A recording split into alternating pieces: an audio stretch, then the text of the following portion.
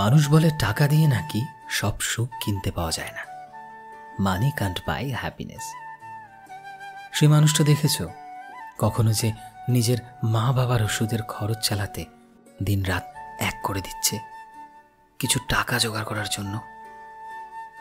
তুমি কখনো সেই ছেলেটাকে দেখেছ যাকে ছোটবেলা থেকে নিজের পড়াশুনো ছেড়ে কাজ করতে হচ্ছে যাতে করে পরিবারের মুখে দুবেলা দুমুঠো অন্ন জোগাড় করতে পারে, যাতে তার পরিবার সারাদিনে একবার হলেও খেতে পারে?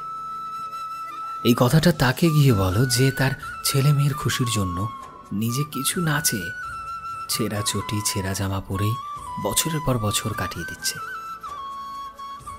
তাদের ভালো পড়াশোনা করানোর জন্য, তাদেরকে একটা সুন্দর সুস্থ জীবন দেওয়ার জন্য।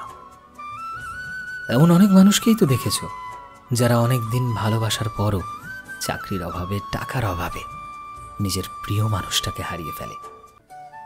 না চাইলেও তাদের চোখের সামনে দিয়ে তাদের ভালোবাসার মানুষটাকে বিদায় জানাতে হয়।